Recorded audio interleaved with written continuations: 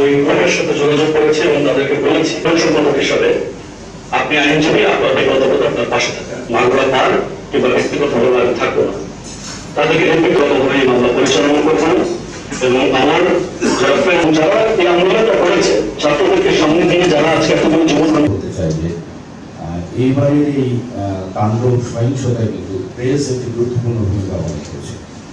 যে সামাজিকভাবে যে অবাধ তথ্য প্রবাহ সুযোগ দেওয়া, সেটা দিলে আমাদের দেশের জন্য একটি ভয় সঙ্গে নিয়েই আমরা এগিয়ে যেতে চাই এবং আজকে যে পরিস্থিতি উদ্ভব জানাতে হবে। যেমন আমি একটি কথা বলি, মাগুরাতে যে মেয়েরা যখন চাকরি পেয়েছে তখন কোটা ছিল না, তারা কি চাকরি পায়নি? তারা কি বড় বড় জায়গায় যায়নি? কিন্তু আজকে মুক্তিযোদ্ধা কোটা কেন আসছে?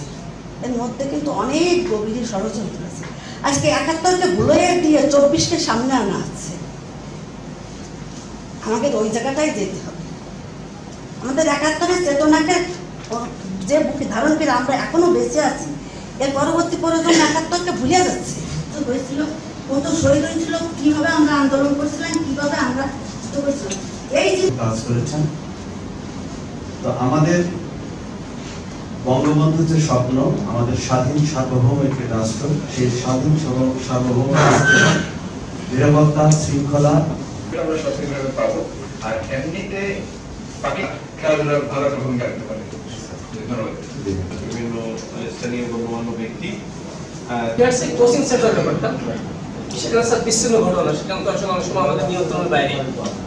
আর যখন স্কুলটা খুলে যাবে স্যার, তখন তো ছাত্রছাত্রীরা আমার কিন্তু এক জায়গায় সমবেত হবে। কারিকুলামে এটা অন্তর্ভুক্ত করেছেন স্বাধীন বাংলাদেশের অভ্যুদয়ের ইতিহাস এবং যার মাধ্যমে মুক্তিযুদ্ধের প্রকৃত ইতিহাস